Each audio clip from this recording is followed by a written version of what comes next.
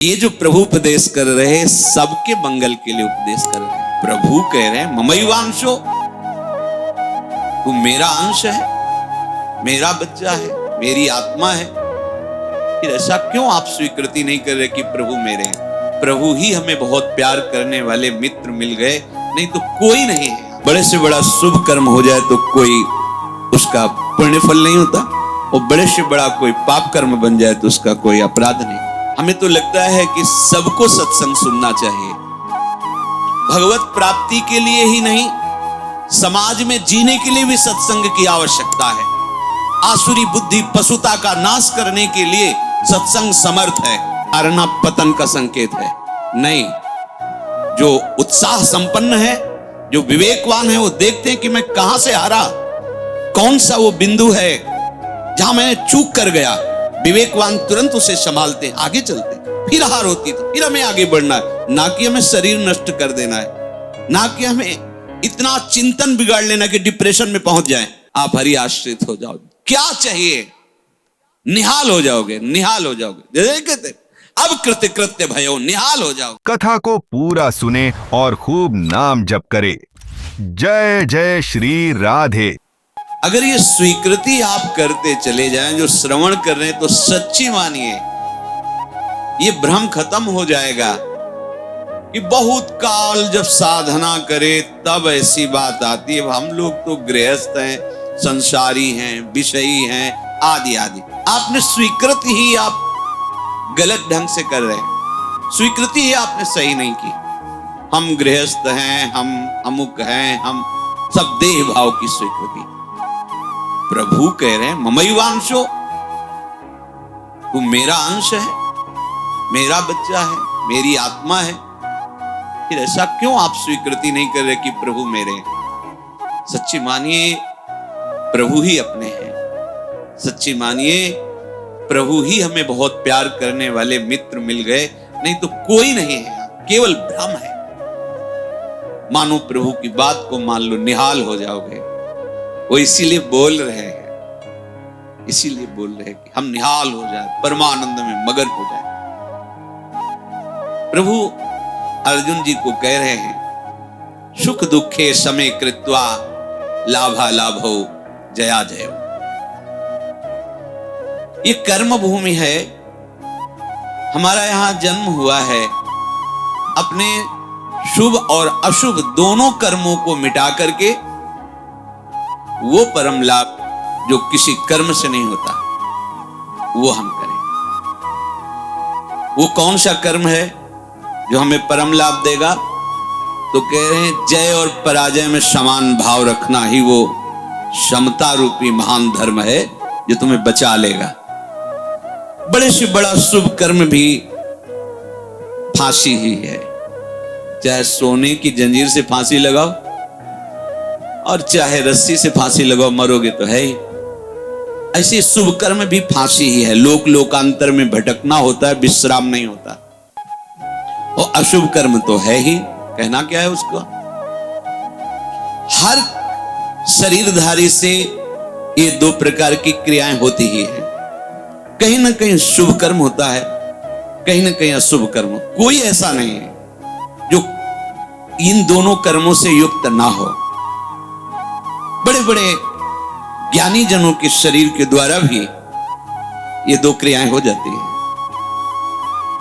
पर वो अपने को अलग कर चुके हैं। वो अपने स्वरूप में स्थित हैं, कर्ता भाव रहित हैं, इसलिए न शुभ उनका स्पर्श करता है, न अशुभ स्पर्श करता है।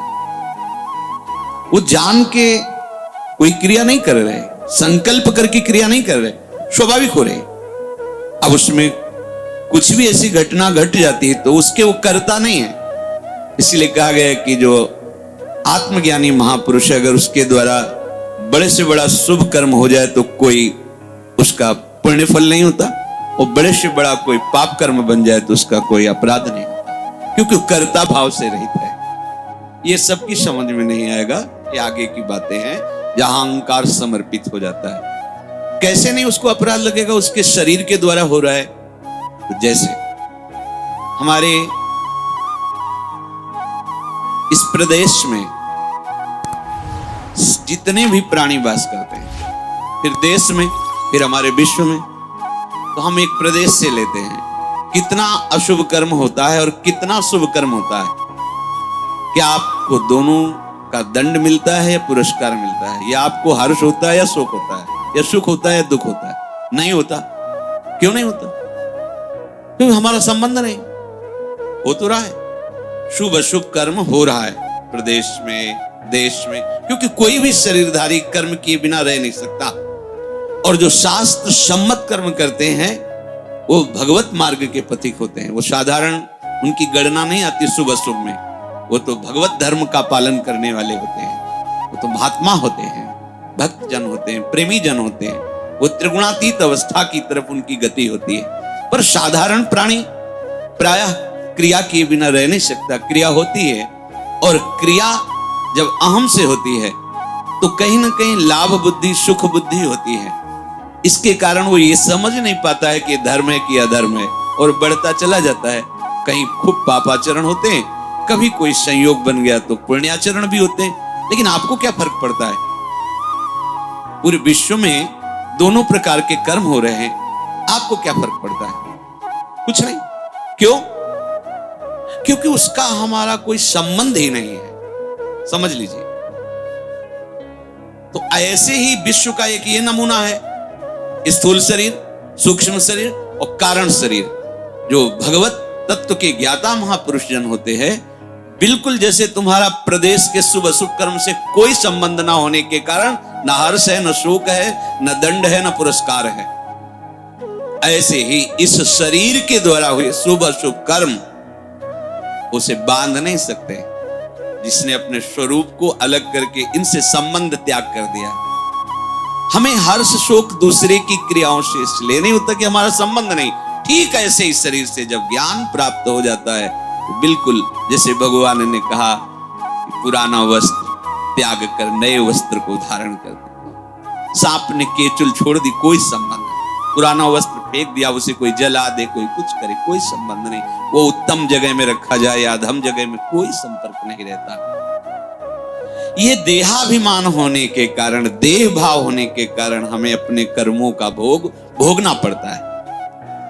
अब हमको जो भगवान उपदेश कर रहे हैं कि इस कर्म जाल से कैसे मुक्त होना है, क्योंकि अवश्य में भोक्तव्यम कृतम कर्म शुभाशुभम, भगवत वाणी, भोगना पड़ेगा निश्चित।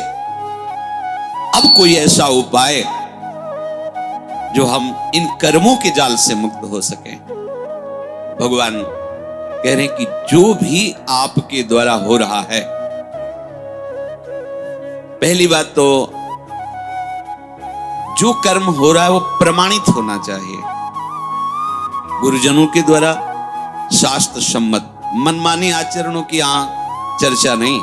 यहां जो है तस्मात् शास्त्रम प्रमाणम ते, आपका कोई भी कार्य बिना प्रमाण वाला नहीं होना चाहिए, मनमानी नहीं होना चाहिए। उसका प्रमाण किसी संत ने कहा है, आचार्य ने कहा है, गुरुदेव ने कहा है, भक्तों ने ऐसा कहा है, ऐसा हमारे बुजुर्गों ने कहा है, यह प्रमाणित होना चाहिए। अब उस कर्म का अनुष्ठान करते समय हमारे हृदय में लाभ की विशेष आकांक्षा होती है, उस कर्म की सफलता की विशेष आकांक्षा होती है। अगर आप प्रभु की इस वाणी को नहीं मानेंगे तो बहुत धोखा हो जाएगा हमसे, बहुत गलती हो जाएगी। जैसे जिसको लगता हो कि ये सुख दुख समय कृत्वा लाभा लाभो जया जयो, ये तो केवल विरक्तों के लिए भगवान कह रहे, ऐसा नहीं। देखो सबको लाभ इसमें है। एक विद्यार्थी है, वो विद्या अध्ययन करता है पास होने के लिए,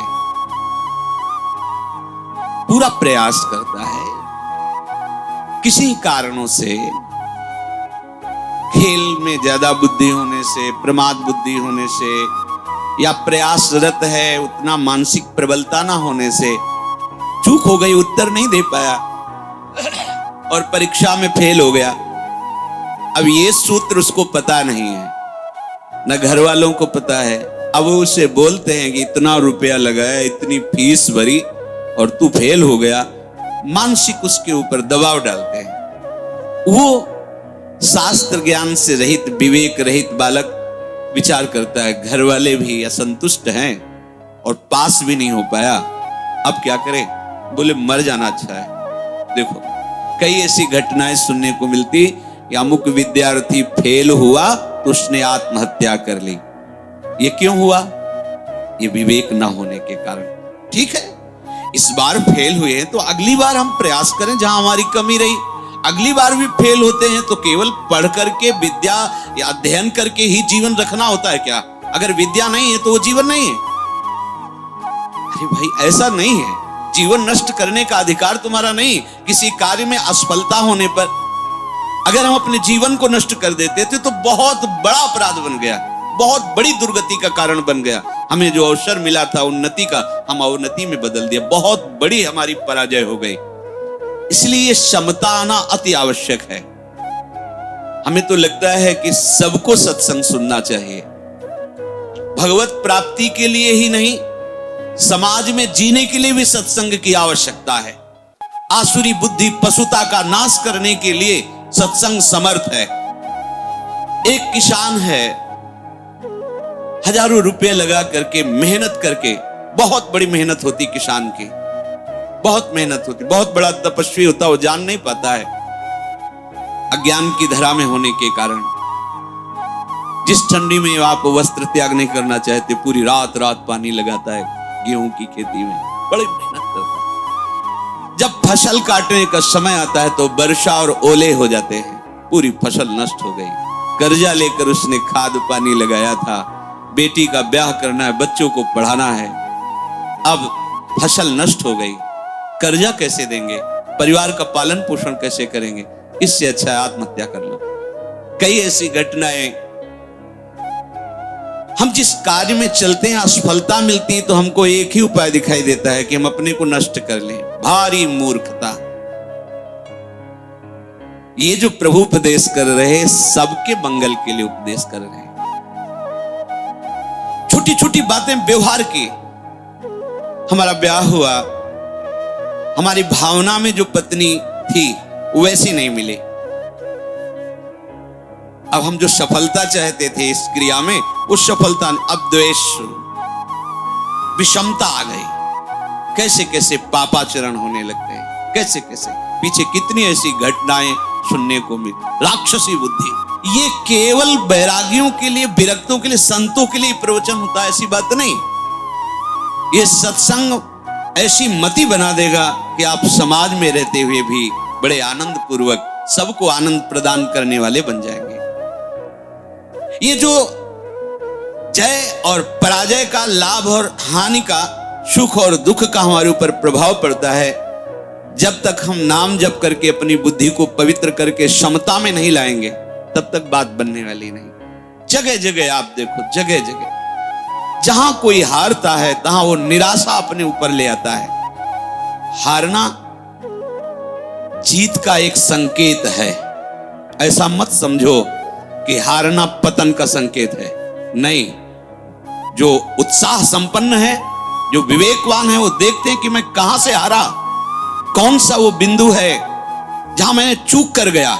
विवेकवान तुरंत उसे संभालते, आगे चलते। फिर हार होती तो फिर हमें आगे बढ़ना है, ना कि हमें शरीर नष्ट कर देना है, ना कि हमें इतना चिंतन बिगाड़ लेना कि डिप्रेशन में पहुंच जाए। हर परिस्थिति हमारे कर्म के अनुसार रची गई है। अब हमको संभालना होगा, उस कर्म के प्रवाह में बहकर हमें नष्ट नहीं होना है। इसीलिए भगवान यहाँ के ततो युद्धाय युज्यस्व। तुम अपने कर्तव्य कर्म करने के लिए कमर कस के खड़े हो, उत्साह संपन्न बनो, तुम्हें बिल्कुल पाप नहीं लगेगा। नैवम पाप मवाप्स्यसि। बस तुम एक काम कर लो, जय पराजय में समान भाव लाओ। जो आपने माना हुआ लाभ है, अगर हमारा पूर्ण नहीं हो रहा है तो हमें निराश नहीं होना। इस बार हमारा व्यापार सफल नहीं हुआ, इस बार अध्ययन हमारा ठीक नहीं हुआ, इस बार कृषि में हमें कमजोरी, अन्न की प्राप्ति नहीं हो पाई, हमारी खेती कमजोर हो गई, कुछ भी, कहीं भी, कैसे भी निराश नहीं होना। रात है तो दिन आएगा, आप धैर्य रखिए, प्रकाश होगा। अंधकार में उबिए नहीं और प्रकाश में फूलिए नहीं। अभिमान मत कीजिए, अंधकार आने वाला है। इसलिए सम, भगवान कह रहे समय कृत्वा, ये बहुत बड़ी विद्या है। अगर कोई कहे निकुंज में जाने के लिए इसकी क्या आवश्यकता है, तो कृपा प्रकरण में पढ़कर देखिए, तीसरे दोहे में, शत्रु मित्र समझानी सम। मान मान अपमान सम, दुख सुख लाभ न हानि, यह जो कृपा, वही प्रभु कह रहे सुख दुखे समय कृत्वा लाभा लाभ हो जया जय। इसको धारण कीजिए। छोटी छोटी सी अनुकूलता में बाधा पड़ने पर हम दुखी हो जाते हैं, हम विक्षिप्त होने लगते हैं, हम बहुत बड़े लाभ का त्याग कर देते। छोटी सी मनोनुकूल वृत्ति के विरोध होने पर, जबकि वो महामंगल विधान है, आपको समझ में नहीं आ रहा, आप इतने असंतुष्ट हो जाते हैं, इतने हार जाते हैं, इतने निराश हो जाते हैं कि परम लाभ का मार्ग ही छोड़ दिया। ये जरूरी है, जरूरी है। जैसे ये उपदेश जब होते हैं तो प्रश्न भी होते हैं कि कब तक सहें, कब तक सहें? जब तक भगवत प्राप्ति नहीं हो जाती, जब तक भगवत साक्षात्कार नहीं हो जाता, तब तक आप सहो। सहत सहत बाढ़े भगति, इसका परिणाम क्या होगा? हम तो बड़ा दुख सह रहे हैं, अपमान सह रहे हैं, विषमता सह रहे हैं, इसका परिणाम क्या होगा? भगवान कह रहे बिल्कुल निश्चिंत रहो, महाभय से तुम्हारी रक्षा निश्चित यही कर लेगा। समता, किसी के आशीर्वाद की जरूरत नहीं है। ऐसा ते विहिता सांख्ये बुद्धिर्योगे त्विमां शृणु, बुद्ध्या युक्तो यया पार्थ कर्म बंधम प्रहास्यसि संतुष्टायेन केनवा।